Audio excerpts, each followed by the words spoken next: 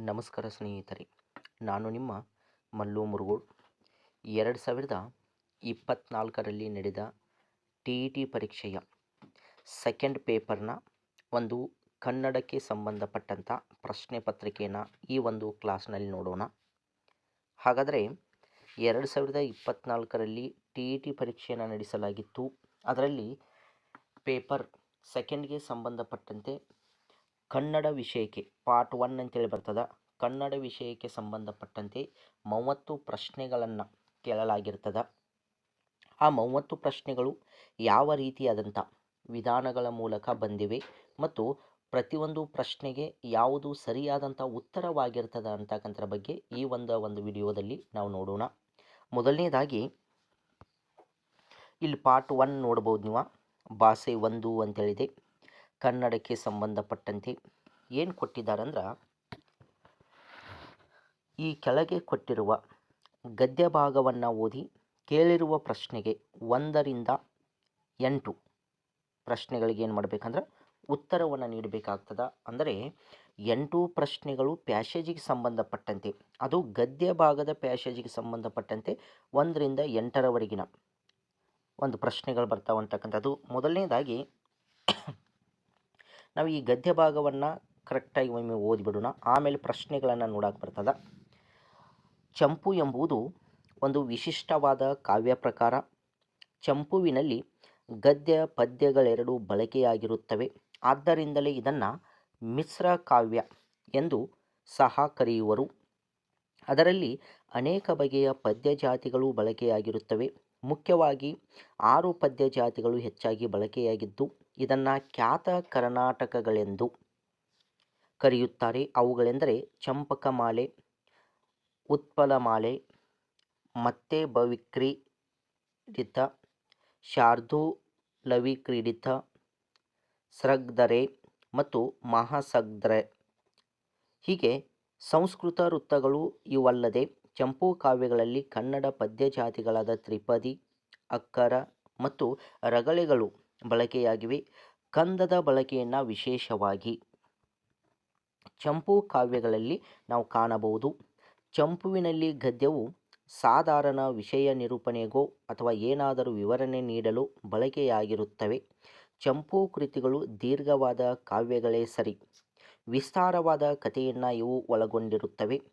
ಕಥೆಯ ಬೇರೆ ಬೇರೆ ಘಟ್ಟಗಳಿಗೆ ಅನುಗುಣವಾಗಿ ಲಂಬ, ಸಂಧಿ, ಆಶ್ವಾಸಗಳೆಂದು ವಿಭಾಗಗಳಾಗಿ ವಿಂಗಡಿಸಿರುವುದು ಕಾಣಬರುತ್ತವೆ. ಚಂಪು ಕಾವ್ಯಗಳಲ್ಲಿ 18 ವರ್ಣನೆಗಳಿದ್ದು ಶೃಂಗಾರ, ವೀರ, ಶಾಂತರಸಗಳು ಮುಖ್ಯವಾಗಿದ್ದು ಉಳಿದ ರಸಗಳು ಇವನ್ನು ಅನುಸರಿಸಿಕೊಂಡು ಬಂದಿರುತ್ತವೆ. ಕಾವ್ಯದ ಆರಂಭದಲ್ಲಿ ಮಂಗಳ ಪದ್ಯವಿರುತ್ತದೆ. ಇದರಲ್ಲಿ ಕವಿ ತನ್ನ ಆರಾಧ್ಯ ದೈವವನ್ನು ಪ್ರಾರ್ಥಿಸುತ್ತಾನೆ.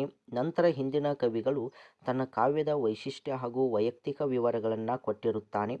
ಪ್ರತಿ ಸಂಧಿ ಹಾಗೂ ಆಶ್ವಾಸದ ಕಡೆಯಲ್ಲಿ ಕವಿ ತನ್ನ ಬಿರುದುಗಳನ್ನು, ಯಾರಿಂದ ಕೃತಿ ರಚನೆಯಾಯಿತು ಎಂಬುದನ್ನು ಹೇಳಿಕೊಂಡಿರುತ್ತಾನೆ.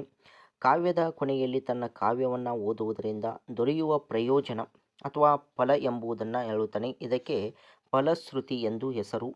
ಕಾವ್ಯದ ಮೊದಲಲ್ಲಿ ಅಥವಾ ಕೊನೆಯಲ್ಲಿ ಕವಿ ತನ್ನ ಆಶ್ರಯದಾತನನ್ನು ಕುರಿತಾದ ಕೆಲವು ವಿಚಾರಗಳನ್ನು ಹೇಳಿರುತ್ತಾನೆ. ಹಳಗನ್ನಡದಲ್ಲಿ ಚಂಪು ಕಾವ್ಯಗಳು ಹೆಚ್ಚಾಗಿ ಕಾಣಬರುತ್ತವೆ. ಪಂಪನ ವಿಕ್ರಮಾರ್ಜುನ ವಿಜಯ, ಆದಿಪುರಾಣ, ರನ್ನನ ಗದಾಯುದ್ಧ ಮೊದಲಾದವುಗಳು ಚಂಪು ಕಾವ್ಯಗಳಿಗೆ ಉದಾಹರಣೆ. ಚಂಪು ರೂಪವು ಪಂಪಯುಗದಲ್ಲಿ ಅಂದರೆ 10 ರಿಂದ 12ನೇ ಶತಮಾನದವರೆಗಿನ ಅವಧಿಯಲ್ಲಿ ಹೆಚ್ಚು ಜನಪ್ರಿಯವಾಗಿತ್ತು. ಆ ನಂತರದ ಶತಮಾನಗಳಲ್ಲಿ ರಗಳೆ, ಅಕ್ಕರ, ತ್ರಿಪದಿಯ ಬಳಕೆ ಸಹ ಸೇರಿ ಚಂಪು ಹೊಸ ಸ್ವರೂಪವನ್ನು ಪಡೆಯಿತು. ಆದ್ದರಿಂದಲೇ ಈ ಯುಗದ ಚಂಪು ಕನ್ನಡ ಚಂಪುವಾಯಿತು ಎನ್ನುವರು ಅಂತಕ್ಕಂಥದ್ದು. ಹೀಗೆ ಒಂದು ಗದ್ಯ ಭಾಗವನ್ನು ಏನು ಮಾಡಲಾಗಿದೆ ಅಂದರೆ ಇಲ್ಲಿ ನೀಡಲಾಗಿದೆ ಅಂತಕ್ಕಂಥದ್ದು. ಅದಕ್ಕೆ 1 ರಿಂದ 8 ಪ್ರಶ್ನೆಗಳನ್ನು ಈ ಕೆಳಗೆ ನೀಡಿದ್ದಾರೆ. ಹಾಗಾದರೆ ಒಂದೊಂದಾಗಿ ನಾವು ನೋಡ್ಕೋತಾ ಹೋಗೋಣ. ಮೊದಲನೇ ಪ್ರಶ್ನೆ ಏನಿದೆ ಅಂದ್ರೆ, ಚಂಪು ಕಾವ್ಯ ಪ್ರಕಾರವನ್ನು ಹೀಗೆಂದು ಕರೆಯುವರು ಅಂತಕ್ಕಂಥದ್ದು. ಮಿಶ್ರ ಕಾವ್ಯ, ಕಥನ ಕಾವ್ಯ, ಗದ್ಯ ಕಾವ್ಯ ಹಾಗೂ ಖಂಡ ಕಾವ್ಯ ಅಂತಕ್ಕಂಥ 4 ಆಪ್ಷನ್ಗಳನ್ನ ನೀಡಿದ್ದಾರೆ. ಚಂಪು ಕಾವ್ಯವನ್ನು ನಾವು ಏನಂತೇಳಿ ಕರಿತೀವಿ ಅಂದ್ರೆ ನೀವಿಲ್ಲಿ ನೋಡಬಹುದು. ಆದ್ದರಿಂದಲೇ ನೋಡ್ರಿ, ಚಂಪು ಎಂಬುದು ಒಂದು ವಿಶಿಷ್ಟವಾದ ಕಾವ್ಯ ಪ್ರಕಾರ. ಚಂಪುವಿನಲ್ಲಿ ಗದ್ಯ ಮತ್ತು ಪದ್ಯಗಳೆರಡೂ ಬಳಕೆಯಾಗಿರುತ್ತವೆ. ಆದ್ದರಿಂದಲೇ ಇದನ್ನು ಮಿಶ್ರ ಕಾವ್ಯ ಎಂದು ಸಹ ಕರೆಯುವರು ಅಂತಕ್ಕಂಥದ್ದು. ಇದಕ್ಕೆ ಸರಿಯಾದ ಉತ್ತರ ಮಿಶ್ರ ಕಾವ್ಯ ಅಂತಕ್ಕಂಥದ್ದು. ನೀವು ಇಲ್ಲಿ ನೋಡ್ಬೋದು, ಗದ್ಯ ಮತ್ತು ಪದ್ಯಗಳೆರಡೂ ಬಳಕೆ ಆಗಿರುವುದರಿಂದ ಇದನ್ನು ನಾವು ಏನಂತೇಳಿ ಕರಿತೀವಿ, ಮಿಶ್ರ ಕಾವ್ಯ ಅಂತೇಳಿ ಮಾಡಲಾಗ್ತದೆ, ಕರೆಯಲಾಗ್ತದೆ. ಇದು ಮೊದಲನೇ ಪ್ರಶ್ನೆ. ಇನ್ನು ಎರಡನೇದಾಗಿ, ಚಂಪಕಮಾಲೆ ಎಂಬುದು ಈ ಪದ್ಯ ಜಾತಿಗೆ ಸೇರಿದೆ ಅಂತಕ್ಕಂಥದ್ದು. ಆಪ್ಷನ್ ಎ ತ್ರಿಪದಿ, ಬಿ ಕಂದ ಪದ್ಯ, ಸಿ ರಗಳೆ, ಡಿ ಖ್ಯಾತ ಕರ್ನಾಟಕ ವೃತ್ತ ಅಂತಕ್ಕಂಥದ್ದು. ನೀವು ಇಲ್ಲಿ ನೋಡ್ಬೋದು ಚಂಪಕ ಕಾವ್ಯ ಅಂತಕ್ಕಂಥದ್ದು. ಇಲ್ಲಿ ನೋಡಿ, ಖ್ಯಾತ ಕರ್ನಾಟಕಗಳೆಂದು ಕರೆಯುತ್ತಾರೆ. ಅವುಗಳೆಂದರೆ ಚಂಪಕ ಮಾಲೆ ಆಗಿರಬಹುದು, ಉತ್ಪಕ ಮಾಲೆ ಆಗಿರಬಹುದು, ಹೀಗೆ ಅನೇಕದವ. ನಿಮಗೆ ಒಂದು ಕೊಟ್ಟಿದ್ದಾರೆ, ಚಂಪಕ ಮಾಲೆ ಖ್ಯಾತ ಕರ್ನಾಟಕಕ್ಕೆ ಸೇರಿದಂಥ ಒಂದು ಚಂಪಕ ಮಾಲೆ ಅಂತಕ್ಕಂಥ ಆಗಿದೆ ಅಂತಕ್ಕಂಥದ್ದು. ಸರಿಯಾದಂಥ ಉತ್ತರ ಆಪ್ಷನ್ 4 ಖ್ಯಾತ ಕರ್ನಾಟಕ ವೃತ್ತ ಅಂತಕ್ಕಂಥದ್ದು. ನೆಕ್ಸ್ಟ್ ಕ್ವಶನ್, ಚಂಪು ಕಾವ್ಯಗಳಲ್ಲಿ ವಿಶೇಷವಾಗಿ ಬಳಕೆಯಾಗಿರುವ ಛಂದಸ್ಸು ಅಂತಕ್ಕಂಥದ್ದು. ನೀವಿಲ್ಲಿ ನೋಡ್ಬೋದು, ಚಂಪು ಕಾವ್ಯಗಳಲ್ಲಿ ವಿಶೇಷವಾಗಿ ಬಳಕೆಯಾಗಿದ್ದು ಯಾವುದಂದ್ರೆ ಕಂದ ಅಂತಕ್ಕಂಥದ್ದು. ನೋಡಿರಿ, ಈ ಕಂದ ಬಳಕೆಯನ್ನು ವಿಶೇಷವಾಗಿ ಚಂಪು ಕಾವ್ಯಗಳಲ್ಲಿ ಬಳಸಲಾಗ್ತದ ಅಂತಕ್ಕಂಥದ್ರ ಬಗ್ಗೆ ನಾವಿಲ್ಲಿ ಏನು ಮಾಡ್ತೀವಿ ಅಂದ್ರೆ ನೋಡ್ತೀವಿ ಅಂತಕ್ಕಂಥದ್ದು. ಹಾಗಾಗಿ ಇದಕ್ಕೆ ಸರಿಯಾದಂಥ ಉತ್ತರ ಕಂದ ಅಂತಕ್ಕ ಒಂದು ರೈಟ್ ಆನ್ಸರ್ ಆಗ್ತದ. ನೆಕ್ಸ್ಟ್ ಪ್ರಶ್ನೆ, ಲಂಬ, ಸಂಧಿ, ಆಶ್ವಾಸಗಳೆಂದು ವಿಂಗಡಿಸಲಾಗಿರುವ ಅಥವಾ ವಿಭಾಗಿಸಲಾಗಿರುವ ಯಾವುದರಲ್ಲಿ ಅಂತಕ್ಕಂಥರ ಬಗ್ಗೆ ನಾವು ನೋಡ್ತೀವಿ. ಇದಕ್ಕೆ ಸರಿಯಾದ ಉತ್ತರ ಆಪ್ಷನ್ 3 ಕಥೆಯ ಬೇರೆ ಬೇರೆ ಘಟ್ಟಗಳಿಗೆ ಅನುಗುಣವಾಗಿ ಅಂತಕ್ಕಂಥದ್ದು. ನೀವಿಲ್ಲಿ ಗದ್ಯ ಭಾಗದಲ್ಲಿ ನೋಡ್ಬೋದು, ಕಥೆಯ ಬೇರೆ ಬೇರೆ ಘಟ್ಟಗಳಿಗೆ ಅನುಗುಣವಾಗಿ ಲಂಬ, ಸಂಧಿ, ಆಶ್ವಾಸಗಳೆಂದು ವಿಭಾಗಗಳಾಗಿ ವಿಂಗಡಿಸಿರುವುದು ಕಾಣಬರುತ್ತದೆ ಅಂತಕ್ಕಂಥದ್ದು. ಸರಿ, ಅಂದರೆ ಡೈರೆಕ್ಟ್ ಕ್ವಶನ್ ಕಂಡು ಬರ್ತಾವಂತಕ್ಕಂಥದ್ದು. ನೇರವಾದ ಪ್ರಶ್ನೆಗೆ ಇಲ್ಲೇ ಉತ್ತರವನ್ನು ನಾವು ಏನು ಮಾಡಬೇಕಾಗ್ತದೆ, ಹುಡುಕಿ ಸರಿಯಾದಂಥ ಉತ್ತರವನ್ನು ಆಯ್ಕೆ ಮಾಡಿಕೊಳ್ಳಬೇಕಾಗ್ತದೆ. ಇನ್ನು ಮುಂದಿನ ಒಂದು ಪ್ರಶ್ನೆ, ಈ ಲೇಖನವು ಹೇಳುವಂತೆ ಕಾವ್ಯವನ್ನು ಓದುವುದರಿಂದ ದೊರೆಯುವ ಪ್ರಯೋಜನಕ್ಕೆ ಹೀಗೆನ್ನುವರು ಅಂತಕ್ಕಂಥದ್ದು. ನೀವಿಲ್ಲೇ ನೋಡ್ಬೋದು, ಕಾವ್ಯದ ಕೊನೆಯಲ್ಲಿ ತನ್ನ ಕಾವ್ಯವನ್ನು ಓದುವುದರಿಂದ ದೊರೆಯುವ ಪ್ರಯೋಜನ ಅಥವಾ ಫಲವೆಂತಳು ಎಂಬುದನ್ನು ಹೇಳುತ್ತಾರೆ. ಇದಕ್ಕೆ ಫಲಶ್ರುತಿ ಅಂತ ಏನು ಮಾಡಲಾಗ್ತದೆ, ಕರೆಯಲಾಗ್ತದೆ. ಇದಕ್ಕೆ ಸರಿಯಾದಂಥ ಉತ್ತರ ಆಪ್ಷನ್ ಎ ಫಲಶ್ರುತಿ ಅಂತಕ್ಕಂಥದ್ದು. ನೆಕ್ಸ್ಟ್ 6ನೇ ಪ್ರಶ್ನೆ, ಚಂಪು ಕಾವ್ಯಗಳ ವರ್ಣನೆಯಲ್ಲಿ ಮುಖ್ಯವಾಗಿರುವ ರಸಗಳು ಅಂತಕ್ಕಂಥದ್ದು. ನೀವಿಲ್ಲಿ ರಸಗಳನ್ನ ನೋಡಿದಿರಿ. ಹಾಗಾದರೆ ಇಲ್ಲಿದೆ ನೋಡಿ, ಚಂಪು ಕಾವ್ಯಗಳಲ್ಲಿ 18 ವರ್ಣನೆಗಳಿದ್ದು ಶೃಂಗಾರ ಅಂತಕ್ಕಂಥದ್ದು, ಶೃಂಗಾರ, ವೀರರಸ, ಶಾಂತಿ ರಸಗಳು ಮುಖ್ಯವಾಗಿದ್ದು ಅಂತಕ್ಕಂಥರ ಬಗ್ಗೆ. ಹಾಗಾದರೆ ಇಲ್ಲಿ ಯಾವ್ಯಾವ ಮುಖ್ಯವಾಗಿದ್ದಾವೆ ಅಂತ ಹೇಳಿದರೆ ನೀವು ಆಪ್ಷನ್ 2 ಕರೆಕ್ಟ್ ಆದಂಥ ಉತ್ತರ, ಶೃಂಗಾರ, ವೀರ ಮತ್ತು ಶಾಂತ ರಸಗಳು ಅಂತಕ್ಕಂಥದ್ದು. ನೆಕ್ಸ್ಟ್ ಪ್ರಶ್ನೆ, ಚಂಪು ರೂಪವು ಹೆಚ್ಚು ಜನಪ್ರಿಯವಾಗಿದ್ದು ಯಾವ ಯುಗದಲ್ಲಿ ಅಂತಕ್ಕಂಥದ್ದು. ಇದಕ್ಕೆ ಸರಿಯಾದ ಉತ್ತರ ಆಪ್ಷನ್ 4 ಪಂಪ ಯುಗದಲ್ಲಿ ಅಂತಕ್ಕಂಥದ್ದು ಇದಕ್ಕೆ ಸರಿಯಾದಂಥ ಉತ್ತರವಾಗ್ತದೆ. ನಂತರ ಇನ್ನು 8ನೇ ಪ್ರಶ್ನೆ, ಕವಿ ತನ್ನ ಬಿರುದುಗಳನ್ನು ಯಾರಿಂದ ಕೃತಿ ರಚನೆಯಾಯಿತು ಎಂಬುದನ್ನು ಹೇಳಿಕೊಂಡಿರುವುದು ಇಲ್ಲಿ ಪ್ರತಿ ಸಂಧಿ ಅಥವಾ ಆಶ್ವಾಸದ ಕಡೆಯಲ್ಲಿ ಅಂತಕ್ಕಂಥದ್ದು ಸರಿಯಾದಂಥ ಉತ್ತರವಾಗ್ತದೆ. ಹಾಗಾಗಿ ಹೀಗೆ ಗದ್ಯ ಭಾಗಕ್ಕೆ ಸಂಬಂಧಪಟ್ಟಂತೆ 1ರಿಂದ 8 ಪ್ರಶ್ನೆಗಳನ್ನು ಕನ್ನಡದಲ್ಲಿ ಏನು ಮಾಡಲಾಗಿರ್ತದೆ, ಕೇಳಲಾಗಿರ್ತದೆ ಅಂತಕ್ಕಂಥದ್ದು. ಈ ಗದ್ಯ ಭಾಗ ಕಂಪ್ಲೀಟ್ ಆದ ನಂತರ ಇನ್ನು ಪದ್ಯ ಭಾಗಕ್ಕೆ ಸಂಬಂಧಪಟ್ಟಂತೆ ಏನು ಮಾಡ್ತಾರೆ ಅಂದ್ರೆ 9ರಿಂದ 15ರವರೆಗಿನ ಪ್ರಶ್ನೆಗಳನ್ನ ಕೇಳಲಾಗ್ತದೆ. ಅಂದರೆ ಈ ಪ್ಯಾಸೇಜ್ ರೂಪದಲ್ಲಿ 15 ಪ್ರಶ್ನೆಗಳು ಬರ್ತಾವೆ, ಅಲ್ಲೇ ಉತ್ತರ ಇರ್ತದೆ. ನಾವು ಕೇವಲ ಅದನ್ನು ಏನು ಮಾಡಬೇಕಾಗ್ತದೆ, ಪ್ರಶ್ನೆಗೆ ಯಾವುದಂತೇಳಿ ಏನು ಮಾಡಬೇಕಾಗ್ತದೆ ಅಂದ್ರೆ ಕಂಡು ಹಿಡಿಬೇಕಾಗ್ತದೆ ಅಂತಕ್ಕಂಥದ್ದು. ಹಾಗಾಗಿ ಇನ್ನು ಪದ್ಯ ಭಾಗಕ್ಕೆ ಸಂಬಂಧಪಟ್ಟಂತೆ ಪದ್ಯವನ್ನು ಓದ್ಕೋತಾ ಕೂತ್ಕೋದಿಲ್ಲ, ಕರೆಕ್ಟ್ ಡೈರೆಕ್ಟಾಗಿ ನಾವು ಕ್ವಶನ್ ನೋಡೋಣ, ಅದಕ್ಕೆ ಆನ್ಸರ್ ಎಲ್ಲಿದೆ ಅಂತಕ್ಕಂಥದ್ರ ಬಗ್ಗೆ ನೋಡಲಿಕ್ಕೆ ಬರ್ತದೆ. ಪದ್ಯ ಭಾಗ ಈ ನೋಡ್ಬೋದು, ಇಲ್ಲಿ ಈ ಕೆಳಗೆ ಕೊಟ್ಟಿರುವ ಪದ್ಯವನ್ನು ಓದಿ ಕೇಳಿರುವ ಪ್ರಶ್ನೆಗೆ 9ರಿಂದ 15 ಏನು ಮಾಡಿ ಅಂದ್ರೆ ಉತ್ತರಿಸಿ ಅಂತಕ್ಕಂಥರ ಬಗ್ಗೆ ಏನು ಮಾಡಲಾಗ್ತದೆ, ನೋಡಲಾಗ್ತದೆ. ಇಲ್ಲಿ ನೀವು ನೋಡ್ಬೋದು 9ನೇ ಪ್ರಶ್ನೆ, ಕವಿಗೆ ಹೀಗೆ ಬದುಕುವುದು ಇಷ್ಟವಿಲ್ಲ ಅಂತಕ್ಕಂಥ ಒಂದು ಪ್ರಶ್ನೆ. ಹೇಗೆ ಬದುಕುವುದು ಇಷ್ಟವಿಲ್ಲ, ನೀವು ಇಲ್ಲಿ ನೋಡ್ಬೋದು ಬಚ್ಚಿಟ್ಟುಕೊಂಡು ಬದುಕುವುದು ನನಗಿಷ್ಟವಿಲ್ಲ, ಹಾಗಂತ ಎಲ್ಲವನ್ನ ಬಿಚ್ಚಿ ಹರಾಜಿಗಿಡುತ್ತೇನೆಂದು ಇದರ ಅರ್ಥವಲ್ಲ ಅಂತಕ್ಕಂಥದ್ದು. ನೋಡ್ರಿ, ಕವಿ ಹೇಗೆ ಬದುಕುವುದು ಇಷ್ಟ ಇಲ್ಲ ಅಂತ ಹೇಳ್ತಂದ್ರೆ ಬಚ್ಚಿಟ್ಟುಕೊಂಡು ಬದುಕುವುದು ನನಗೆ ಇಷ್ಟವಿಲ್ಲ ಅಂತೇಳಿ. ಅದಾಗಾದರೆ ಒಂದೇ ಲೈನ್ದಾಗನ ಇದಕ್ಕೆ ಆನ್ಸರ್ ಕಂಡು ಬರ್ತದೆ. ಆಪ್ಷನ್ ಎ ಕರೆಕ್ಟ್ ಆದಂಥದ್ದು. ಬಚ್ಚಿಟ್ಟುಕೊಂಡು ಬದುಕುವುದು ಕವಿಗೆ ಇಷ್ಟವಿಲ್ಲ ಅಂತಕ್ಕಂಥದ್ದು ಸರಿಯಾದಂಥ ಉತ್ತರವಾಗ್ತದೆ. ಇನ್ನು 10ನೇ ಪ್ರಶ್ನೆ, ಕವಿಗೆ ಇವರನ್ನು ಕಂಡರೆ ಆಗುವುದಿಲ್ಲ. ಕವಿಗೆ ಯಾರನ್ನ ಕಂಡ್ರೆ ಆಗುವುದಿಲ್ಲ ಅಂದರೆ ನೋಡ್ರಿ, ಇದಕ್ಕೆ ಸರಿಯಾದಂಥ ಉತ್ತರ ಆಪ್ಷನ್ 3, ಬಹು ದೊಡ್ಡ ಮಾತನಾಡುತ್ತಾ ಸರಳ ಸಾಧಾರಣ ಬದುಕಿಗೆ ಅವಮಾನ ಮಾಡುವವರನ್ನು ಕಂಡರೆ ಕವಿಗೆ ಏನಾಗುವುದಿಲ್ಲ ಅಂದ್ರೆ ಆಗುವುದಿಲ್ಲ. ಇಲ್ಲಿ ಕೊಟ್ಟಿದ್ದಾರೆ, ಸೆಕೆಂಡ್ ಪ್ಯಾರಾದಾಗ ಕೊಟ್ಟಿದ್ದಾರೆ ನೋಡ್ರಿ, ಬಹು ದೊಡ್ಡ ಮಾತನಾಡುತ್ತಾ ದಿನದ ಸರಳ ಸಾಧಾರಣ ಬದುಕಿ ಗವಮಾನ ಮಾಡುವವರನ್ನು ಕಂಡರೆ ನನಗೆ ಆಗುವುದಿಲ್ಲ ಅಂತಕ್ಕಂಥದ್ದು. ಯಾರನ್ನ ಕಂಡ್ರೆ ಆಗುವುದಿಲ್ಲ ಅಂತೇಳಿ ಪ್ರಶ್ನೆ ಕೇಳಿದಾರ. ಬಹುದೊಡ್ಡ ಮಾತನಾಡುತ್ತಾ ಸರಳ ಸಾಧಾರಣ ಬದುಕಿಗೆ ಅವಮಾನ ಮಾಡುವವರನ್ನ ಕಂಡ್ರೆ ಏನಾಗುವುದಿಲ್ಲ, ಕವಿಗೆ ಆಗಿ ಬರುವುದಿಲ್ಲ ಅಂತಕ್ಕಂಥದ್ದು ಇದಕ್ಕೆ ಸರಿಯಾದಂಥ ಉತ್ತರ. ಇನ್ನು 11ನೇ ಪ್ರಶ್ನೆ, ಕವಿಗೆ ಇದರ ಅಭ್ಯಾಸವಿಲ್ಲ. ಹಾಗಾದರೆ ಕವಿಗೆ ಯಾವುದರ ಅಭ್ಯಾಸವಿಲ್ಲ ಅಂತಕ್ಕಂಥದ್ದು ನೋಡ್ರಿ, ಸರಿಯಾದಂಥ ಉತ್ತರ ತೂಗಾಡುವ ಕಿರೀಟಗಳಿಗೆ ತಕ್ಕಂತೆ ತಲೆಯ ಆಕಾರಗಳನ್ನು ಬದಲಾಯಿಸುತ್ತಾ ಪರದಾಡುವುದು ಏನಿಲ್ಲ ಅಂದ್ರೆ ಅಭ್ಯಾಸವಿಲ್ಲ ಅಂತಕ್ಕಂಥದ್ದು. ಹಾಗಾದರೆ ಇದಕ್ಕೆ ಉತ್ತರ ಎಲ್ಲಿದೆ ಅಂದ್ರೆ ನಾವಿಲ್ಲಿ ನೋಡಬೇಕಂದ್ರೆ ನೋಡ್ರಿ, ನನಗೆ ಅಭ್ಯಾಸವಿಲ್ಲ ಅಂತೇಳಿ ಇಲ್ಲಿದ್ದೀನಿ. ಪ್ರಶ್ನೆ ಇದೆ, ಕವಿಗೆ ಯಾವುದು ಅಭ್ಯಾಸವಿಲ್ಲ ಅಂತೇಳಿ. ತೂಗಾಡುವ ಕಿರೀಟಗಳಿಗೆ ತಕ್ಕಂತೆ ತಲೆಯ ಆಕಾರಗಳನ್ನು ಬದಲಿಸುತ್ತಾ ಪರದಾಡುವುದು ನನಗೆ ಅಭ್ಯಾಸವಿಲ್ಲ ಅಂತಕ್ಕಂಥದ್ದು. ಅಂದರೆ ನೇರವಾದಂಥ ಪ್ರಶ್ನೆಗಳು, ನೇರವಾದಂಥ ಉತ್ತರಗಳು ಕಂಡು ಬರ್ತಾವೆ ಅಂತಕ್ಕಂಥದ್ದು. ಹಾಗಾಗಿ ಇದು ಪ್ರಮುಖವಾದಂಥದ್ದು. ಇನ್ನು ನಂತರ 12ನೇ ಪ್ರಶ್ನೆ, ಕವಿ ಹೀಗೆ ಬದುಕುತ್ತೇನೆ ಎನ್ನುತ್ತಾರೆ. ಹಾಗಾದರೆ ಕವಿ ಹೇಗೆ ಬದುಕುತ್ತೇನೆ ಎನ್ನುತ್ತಾರೆ ಅಂದರೆ ಹೇಗೋ ನನ್ನ ಪಾಡಿಗೆ ನಾನು. ಸರಿಯಾದ ಉತ್ತರ 4, ಹೇಗೋ ನನ್ನ ಪಾಡಿಗೆ ನಾನು. ಹಾಗಾದರೆ ಇದು ಎಲ್ಲಿದೆ ಅಂತೇಳಿ ನೋಡೋದಾದ್ರೆ ನೋಡಿ, ಇಲ್ಲಿದೆ ನೋಡ್ರಿ, ತೂಗಾಡುವ ಕಿರೀಟಗಳಿಗೆ ತಕ್ಕಂತೆ ತಲೆಯ ಆಕಾರಗಳನ್ನು ಬದಲಿಸುತ್ತಾ ಪರದಾಡುವುದು ನನಗೆ ಅಭ್ಯಾಸವಿಲ್ಲ. ಹೇಗೋ ನನ್ನ ಪಾಡಿಗೆ ನಾನು ಬದುಕುತ್ತೇನೆ, ಇದ್ದಷ್ಟು ನೆಲವ ಹೊತ್ತು ಬಿತ್ತಿ ನೀರೆರೆದು ಮಲಗಿರುವ ಬೀಜಗಳ ಕಣ್ಣು ತೆರೆಸುತ್ತೇನೆ ಅಂತಕ್ಕಂಥದ್ದು. ನೋಡಿ, ಹೇಗೋ ನನ್ನ ಪಾಡಿಗೆ ನಾನು ಬದುಕುತ್ತೇನೆ ಅಂತಕ್ಕಂಥದ್ದು. ಕವಿ ಹೇಗೆ ಬದುಕುತ್ತೇನೆ ಅಂತಕ್ಕಂಥ ಒಂದು ಪ್ರಶ್ನೆ ಇದೆ. ಇದಕ್ಕೆ ಸರಿಯಾದಂಥ ಉತ್ತರ 4. ಇನ್ನು 13ನೇ ಪ್ರಶ್ನೆ, ಕವಿ ನೆಲವನ್ನು ಉತ್ತಿ ಬಿತ್ತಿ ನೀರೆರೆಯುವುದು ಅಂತೇಳಿದೆ. ಮಲಗಿರುವ ಬೀಜಗಳ ಕಣ್ಣು ತೆರೆಸಲು.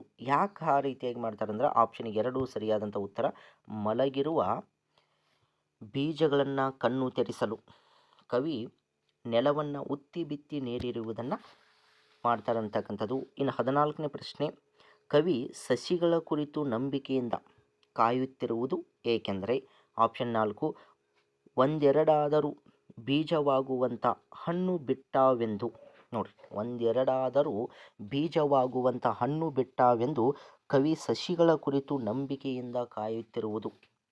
ಇದಕ್ಕೆ ನೀವು ಉತ್ತರ ಎಲ್ಲಿದೆ ಅಂತೇಳಿ ನೋಡಿದರೆ ಇಲ್ಲಿದೆ ನೋಡಿ. ನಾಳೆ ಈ ಸಸಿಗಳೆಲ್ಲ ಒಟ್ಟ ವೃಕ್ಷವಾಗಿ 1000 ಜನಕ್ಕೆ ನೆರಳಾದವೆಂಬ ಮಹದಾಶೆ ಇರದಿದ್ದರೂ ಒಂದೆರಡಾದರೂ ಬೀಜವಾಗುವಂಥ ಹಣ್ಣು ಬಿಟ್ಟಾವೆಂದು ನಂಬಿ ಕಾಯುತ್ತೇನೆ ಅಂತಕ್ಕಂಥದ್ದು ಕೊನೆಯಲ್ಲಿ ಕೊಟ್ಟಂಥ ಒಂದು ಉತ್ತರ ಅಂತಕ್ಕಂಥದ್ದು.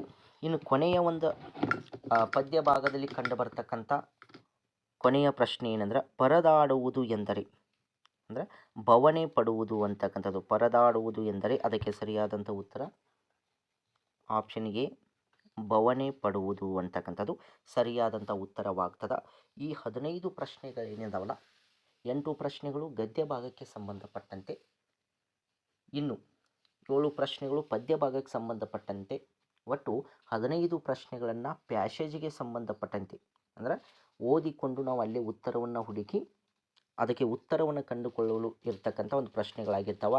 ಇನ್ನು 15 ಪ್ರಶ್ನೆಗಳು ಏನಿರ್ತಾವಲ್ಲ ಕನ್ನಡದಲ್ಲಿ, ಇವು ಗ್ರಾಮರ್ ಟಾಪಿಕ್ಕಿಗೆ ಸಂಬಂಧಪಟ್ಟಂಥ ಪ್ರಶ್ನೆಗಳಾಗಿರ್ತಾವೆ. ಹಾಗಾದರೆ ಅವುಗಳಿಗೆ 2024ರಲ್ಲಿ ಯಾವ ರೀತಿಯಂಥ ಪ್ರಶ್ನೆಯನ್ನು ಕೇಳಿದ್ದಾರೆ ಮತ್ತು ಅದಕ್ಕೆ ಯಾವುದು ಸರಿಯಾದಂಥ ಉತ್ತರ ಅಂತಕ್ಕಂಥದ್ದನ್ನು ನಾವೀಗ ನೋಡೋಣ.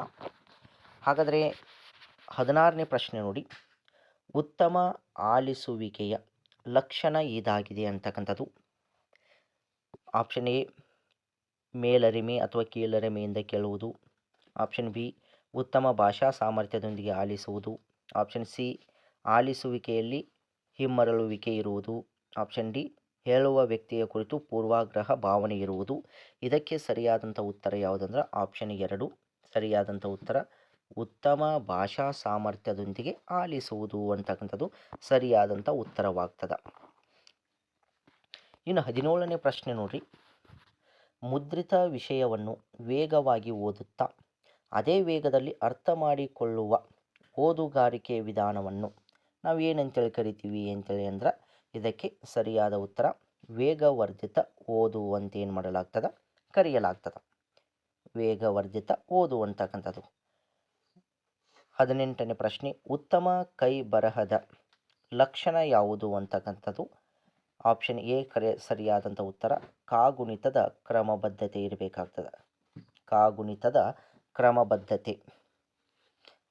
ನೆಕ್ಸ್ಟ್ 19, ಕಂಡ ಪದ್ಧತಿಯ ಲಕ್ಷಣವೆಂದರೆ ಯಾವುದು? ಕಂಡ ಪದ್ಧತಿಯ ಲಕ್ಷಣ ಅಂದ್ರೆ ಆಪ್ಷನ್ 3 ಬಿಡಿಯಿಂದ ಇಡಿಗೆ. ಇವೆಲ್ಲವೂ ಕೂಡ ನಿಮ್ಗೆ ಹೈಸ್ಕೂಲ್ ಲೆವೆಲಲ್ಲಿ ಕಂಡು ಬರ್ತಕ್ಕಂಥ ಒಂದು ಪ್ರಶ್ನೆಗಳಾಗಿದ್ದಾವೆ. ಬಿಡಿಯಿಂದ ಇಡಿಯವರೆಗೆ ಕಂಡ ಪದ್ಧತಿಯ ಒಂದು ಲಕ್ಷಣವಾಗಿದೆ ಅಂತಕ್ಕಂಥದ್ದು. 20ನೇ ಪ್ರಶ್ನೆ, ವ್ಯಾಕರಣ ಬೋಧನೆಯು ಈ ಉದ್ದೇಶ ಹೊಂದಿಲ್ಲ ಅಂತಕ್ಕಂಥದ್ದು. ಯಾವ ಉದ್ದೇಶವನ್ನು ಹೊಂದಿಲ್ಲ ಅಂದ್ರೆ ರಸಾನುಭವ ಮತ್ತು ಸೌಂದರ್ಯ ಪ್ರಜ್ಞೆ ಬೆಳೆಸುವುದು. ಈ ಉದ್ದೇಶವನ್ನು ಹೊಂದಿಲ್ಲ. ರಸಾನುಭವ ಮತ್ತು ಸೌಂದರ್ಯ ಪ್ರಜ್ಞೆಯನ್ನು ಬೆಳೆಸುವುದು ಅದು ಪದ್ಯ ಭಾಗದಲ್ಲಿ ಕಂಡುಬರ್ತಕ್ಕಂಥ ಒಂದು ಅಂಶವಾಗಿದೆ ಅಂತಕ್ಕಂಥದ್ದು. ಇನ್ನು ಉಳಿದಂಥ 3 ಅಂಶಗಳನ್ನು ಇದರ ಒಂದು ಉದ್ದೇಶವಾಗಿರ್ತದೆ. ಪದ ಮತ್ತು ವ್ಯಾಕರಣ ರಚನಾ ಅಂದರೆ ವಾಕ್ಯ ರಚನಾ ಕೌಶಲ್ಯ ಬೆಳೆಸುವುದು, ಭಾಷೆಯ ಬಗೆಗೆ ತಾರ್ಕಿಕ ಜ್ಞಾನ ಬೆಳೆಸುವುದು, ಶುದ್ಧ ಅರ್ಥಬದ್ಧ ಅಭಿವ್ಯಕ್ತಿ ಕೌಶಲ್ಯ ಬೆಳೆಸುವುದು. ಇವೆಲ್ಲವೂ ಕೂಡ ವ್ಯಾಕರಣ ಬೋಧನೆಯ ಉದ್ದೇಶವಾಗಿರ್ತದೆ. ರಸಾನುಭವ ಮತ್ತು ಸೌಂದರ್ಯ ಪ್ರಜ್ಞೆ ಬೆಳೆಸುವುದು ಅದರ ಉದ್ದೇಶವಾಗಿರುವುದಿಲ್ಲ ಅಂತಕ್ಕಂಥದ್ದು. ಇನ್ನು 21ನೇ ಪ್ರಶ್ನೆ, ಬರವಣಿಗೆಯ ಕೌಶಲ್ಯ ಸಂವರ್ಧನೆಗೆ ಈ ಚಟುವಟಿಕೆ ಸೂಕ್ತವಾದುದಲ್ಲ ಅಂತಕ್ಕಂಥದ್ದು. ಹಾಗಾದರೆ ಯಾವುದು ಸರಿಯಾದಂದ್ರೆ ಆಪ್ಷನ್ 3 ಪರಸ್ಪರ ಸಂಭಾವನೆ ಏರ್ಪಡಿಸುವುದು. ಪರಸ್ಪರ ಸಂಭಾವನೆ ಏರ್ಪಡಿಸುವುದು ಸೂಕ್ತವಾದುದಲ್ಲ ಅಂತಕ್ಕಂಥದ್ದು. ನೆಕ್ಸ್ಟ್ ಪ್ರಶ್ನೆ, ನಾಟಕ ಸಾಹಿತ್ಯ ಬೋಧಿಸುವಾಗ ಈ ಅಂಶದ ಕಡೆಗೆ ಹೆಚ್ಚು ಒತ್ತು ಕೊಡಬೇಕು ಅಂತಕ್ಕಂಥದ್ದು. ನಾಟಕ ಸಾಹಿತ್ಯವನ್ನು ಬೋಧಿಸುವಾಗ ಯಾವುದಕ್ಕೆ ಹೆಚ್ಚಿನ ಒಂದು ಒತ್ತನ್ನು ಕೊಡಬೇಕಂದ್ರೆ ಒಂದು ಸಂಭಾಷಣೆ ಮತ್ತು ಸನ್ನಿವೇಶ ಚಿತ್ರಣದ ಬಗ್ಗೆ ನಾವು ಏನು ಮಾಡಬೇಕಾಗ್ತದೆ, ಹೆಚ್ಚಿನ ಒಂದು ಒತ್ತನ್ನು ನೀಡಬೇಕಾಗ್ತದೆ. 23ನೇ ಪ್ರಶ್ನೆ, ಉಪನ್ಯಾಸ ವಿಧಾನದ ಬೋಧನೆಯ ಅನುಕೂಲವೆಂದರೆ ಸರಿಯಾದ ಉತ್ತರ ಆಪ್ಷನ್ 4 ಎಂಥ ದೊಡ್ಡ ಗುಂಪು ಸಭೆಗಳಿಗೂ ಇದನ್ನು ಹೊಂದಿಸಬಹುದು ಅಂತ. ಉಪನ್ಯಾಸ ವಿಧಾನ ಏನೈತಲ್ಲ ಬೇಕಾದಷ್ಟು ದೊಡ್ಡ ಗುಂಪಿದ್ರೂ ಕೂಡ ಸಭೆಗಳಿದ್ರೂ ಕೂಡ ಅಲ್ಲಿ ಏನು ಮಾಡೋದಾಗ್ತದೆ, ಅದು ಹೊಂದಾಣಿಕೆ ಆಗ್ತದೆ ಅಂತಕ್ಕಂಥದ್ದು. ಇನ್ನು 24ನೇ ಒಂದು ಪ್ರಶ್ನೆ, ಹೌದು, ಚೆನ್ನಾಗಿದೆ, ಅದ್ಭುತ, ಸರಿಯಾಗಿ ಹೇಳಿದೆ ಈ ಶಬ್ದಗಳು ಯಾವುದರ ಒಂದು ಅಭಿವರ್ಧನಗಳಾಗಿದ್ದಾವೆ ಅಂದ್ರೆ ಧನಾತ್ಮಕ ಶಾಬ್ದಿಕ ಅಭಿವರ್ಧನಗಳು. ಹೌದು, ಚೆನ್ನಾಗಿದೆ ಮತ್ತು ಅದ್ಭುತ ಅಂತ ಇವೆಲ್ಲ ಧನಾತ್ಮಕ ಅಂದ್ರೆ ಪಾಸಿಟಿವ್ ಇರತಕ್ಕಂಥದ್ದು ಧನಾತ್ಮಕ ಶಾಬ್ದಿಕ ಅಭಿವರ್ಧನಗಳು ಅಂತಕ್ಕಂಥದ್ದು. ಇನ್ನು 25, ಘಟಕ ಯೋಜನೆಯ ಆಧಾರದಲ್ಲಿ ಅಧ್ಯಾಪಕರು ಉಪಘಟಕಗಳನ್ನು ವಿಶ್ಲೇಷಿಸಿ ಬೋಧಿಸಿದ ನಂತರ ವಿದ್ಯಾರ್ಥಿಗಳ ಕಲಿಕೆಯ ಸಾಮರ್ಥ್ಯವನ್ನು ಬೆಲೆ ಕಟ್ಟಲು ಕೈಗೊಳ್ಳುವ ಪರೀಕ್ಷೆಯನ್ನು ಯಾವುದಂತೇಳಿ ಅಂದರೆ ಒಂದು ಘಟಕ ಮುಗಿದ ನಂತರ ನಾವು ವಿದ್ಯಾರ್ಥಿಗಳ ಸಾಮರ್ಥ್ಯವನ್ನು ಪರೀಕ್ಷಿಸಲು ಕೈಗೊಳ್ತಕ್ಕಂಥ ಒಂದು ಪರೀಕ್ಷೆ ಯಾವುದಂದ್ರೆ ಅದನ್ನು ನಾವು ಘಟಕ ಪರೀಕ್ಷೆ ಅಂತ ಏನು ಮಾಡಲಾಗ್ತದೆ, ಕರೆಯಲಾಗ್ತದೆ. ಸರಿಯಾದ ಉತ್ತರ 3. ಇನ್ನು ಕಡುವೆಲ್ಪು ಪದವು ಯಾವ ಸಂಧಿ ಆಗ್ತದೆ ಅಂತಕ್ಕಂಥದ್ದು. ಕಡುವೆಲ್ಪು ಅಂತಕ್ಕಂಥ ಒಂದು ಪದ ಆದೇಶ ಸಂಧಿ ಅಂತೇಳಿ ನಾವು ಏನು ಮಾಡ್ತೀವಿ, ಕರಿತೀವಿ. ಆಪ್ಷನ್ 1 ಸರಿಯಾದಂಥ ಉತ್ತರ ಅಂತಕ್ಕಂಥದ್ದು. ಇನ್ನು ನೆಕ್ಸ್ಟ್, ಲಿಪಿಯಲ್ಲಿ ಈ ಪದದಲ್ಲಿರುವ ವಿಭಕ್ತಿ ಮತ್ತು ಅದರ ಕಾರಕಾರ್ಥಗಳ ಸರಿಯಾದ ಜೋಡಿ ಯಾವುದು ಅಂತಕ್ಕಂಥದ್ದು. ಇದಕ್ಕೆ ಇಲ್ಲಿ 4 ಕೊಟ್ಟಿದ್ದಾರೆ. ಹಾಗಾದರೆ ಅದರಲ್ಲಿ ಸರಿಯಾದಂಥ ಜೋಡಿ ಯಾವುದಂದ್ರೆ ಆಪ್ಷನ್ 3 ಸಪ್ತಮಿ ವಿಭಕ್ತಿ ಅಧಿಕರಣ ಕಾರಕ ಅಂತಕ್ಕಂಥದ್ದು. ಸಪ್ತಮಿ ವಿಭಕ್ತಿ ಅಧಿಕಾರಣ ಕಾರಕ ಅಂತಕ್ಕಂಥದ್ದು. ಮನುಷ್ಯ ಎಂಬ ಪದವು ಯಾವ ನಾಮ ಅಂತಕ್ಕಂಥದ್ದು, ಮನುಷ್ಯ ಅಂತಕ್ಕಂಥ ಒಂದು ಪದ ರೂಢನಾಮ ಅಂತಕ್ಕಂಥದ್ದು ಎರಡನೇದು ಸರಿಯಾದಂಥ ಉತ್ತರ. ಚತುರ್ಥಿ ವಿಭಕ್ತಿಯ ಕಾರಕಾರ್ಥ ನಾವು ನೋಡ್ರಿ ಕೇವಲ ಅದರ ವಿಭಕ್ತಿ ಪ್ರತ್ಯಯವನ್ನು ನೋಡ್ತಕ್ಕಂಥ ಸಂದರ್ಭದಲ್ಲಿ ಕಾರಕಾರ್ಥಗಳನ್ನು ಸರಿಯಾಗಿ ನೋಡ್ಕೊಳ್ಳಲ್ಲ. ಇಲ್ಲಿ ಎರಡು ಪ್ರಶ್ನೆಗಳು ವಿಭಕ್ತಿ ಪ್ರತ್ಯಯ ಮೇಲಿನ ಕಾರಕಾರ್ಥಕ್ಕೆ ಪಟ್ಟಂಥವಾಗಿದ್ದಾವೆ ಅಂತಕ್ಕಂಥ ಒಂದು 27ನೇ ಪ್ರಶ್ನೆ, ಇನ್ನೊಂದು 29ನೇ ಪ್ರಶ್ನೆ. ಹಾಗಾದರೆ ಚತುರ್ಥಿ ವಿಭಕ್ತಿಯ ಕಾರಕಾರ್ಥ ಯಾವುದಂದ್ರೆ ಸಂಪ್ರದಾನ. ಸರಿಯಾದ ಉತ್ತರ 4 ಸಂಪ್ರದಾನ. ಇನ್ನು ಕನ್ನಡ ವಿಷಯಕ್ಕೆ ಸಂಬಂಧಪಟ್ಟಂತೆ ಕೊನೆಯ ಪ್ರಶ್ನೆ ಯಾವುದಂದ್ರೆ 30ನೇ ಪ್ರಶ್ನೆ. ಪೂರ್ವೋತ್ತರ ಪದಗಳು ಲಿಂಗ ವಚನ ವಿಭಕ್ತಿಗಳಿಂದ ಸಮಾನವಾಗಿದ್ದು ವಿಶೇಷಣ ಮತ್ತು ವಿಶೇಷ ಸಂಬಂಧದಿಂದ ಕೂಡಿ ಆಗುವ ಸಮಾಸ ಯಾವುದಂದ್ರೆ ಆಪ್ಷನ್ 1 ಸರಿಯಾದ ಉತ್ತರ ಕರ್ಮಧಾರೆಯ ಸಮಾಸ. ಯಾವುದ್ರಿ? ಕರ್ಮಧಾರೆಯ ಸಮಾಸ. ಹೀಗೆ ಕನ್ನಡ ವಿಷಯಕ್ಕೆ ಸಂಬಂಧಪಟ್ಟಂತೆ 30 ಪ್ರಶ್ನೆಗಳನ್ನ ಏನು ಮಾಡಲಾಗಿರ್ತದಂದ್ರೆ TET ಪರೀಕ್ಷೆಯಲ್ಲಿ ಕೇಳಲಾಗಿರ್ತದೆ. ಹಾಗಾಗಿ ಇದು 2024ರಲ್ಲಿ, ಏಕೆಂದರೆ ನಾವು ಇತ್ತೀಚೆಗೆ ನಡೆದಂಥ ಪರೀಕ್ಷೆಯಲ್ಲಿ ಕೇಳಲಾದ ಪ್ರಶ್ನೆ ಪತ್ರಿಕೆಯನ್ನು ನೋಡಿ ನಮ್ಮ ತಯಾರಿಯನ್ನು ಏನು ಮಾಡಬೇಕಾಗ್ತದ. ನಾವು ಭಾಳಷ್ಟು ಹಿಂದೆ ನಡೆದಂಥ ಪ್ರಶ್ನೆ ಪತ್ರಿಕೆ ನೋಡುವುದಕ್ಕಿಂತ ಇತ್ತೀಚೆಗೆ ನಡೆದಂಥ ಪ್ರಶ್ನೆ ಪತ್ರಿಕೆಗಳನ್ನ ನಾವು ನೋಡಿದ್ದಾದ್ರೆ ಯಾವ ರೀತಿಯಾದಂಥ ಪ್ರಶ್ನೆಗಳು ಬರ್ತಿದ್ದಾವೆ ಅಂತಕ್ಕಂಥದ್ರ ಬಗ್ಗೆ ನಮಗೆ ತಿಳಿದು ಬರ್ತದೆ. ಹಾಗಾಗಿ ಇದು ಪಾರ್ಟ್ 1 ಅಂತಕ್ಕಂಥದ್ದು. ಇನ್ನು ನಂತರದಲ್ಲಿ ಈ ಸೈಕಾಲಜಿಗೆ ಸಂಬಂಧಪಟ್ಟಂಗೆ ಮತ್ತು ಸೋಷಿಯಲ್ ಸೈನ್ಸ್ಗೆ ಸಂಬಂಧಪಟ್ಟಂಥ ಒಂದು ಪ್ರಶ್ನೆ ಪತ್ರಿಕೆಯನ್ನು, ಅದೇ 2024ರಲ್ಲಿ ನಡೆದಂಥ ಪ್ರಶ್ನೆ ಪತ್ರಿಕೆಯನ್ನು ತೆಗೆದುಕೊಂಡು ಬರ್ತೀನಿ ಅಂತ ಹೇಳ್ತಾ, ಈ ಮಾಹಿತಿ ನಿಮಗೇನಾದರೂ ಇಷ್ಟವಾಗಿದ್ದರೆ ನಮ್ಮ ಚಾನಲನ್ನು ಸಬ್ಸ್ಕ್ರೈಬ್ ಮಾಡಿಕೊಳ್ಳಿ, ಪಕ್ಕದಲ್ಲಿರ್ತಕ್ಕಂಥ ಬೆಲ್ ಐಕನನ್ನು ಆನ್ ಮಾಡಿಕೊಳ್ಳಿ. ಎಲ್ಲರಿಗೂ ಧನ್ಯವಾದಗಳು.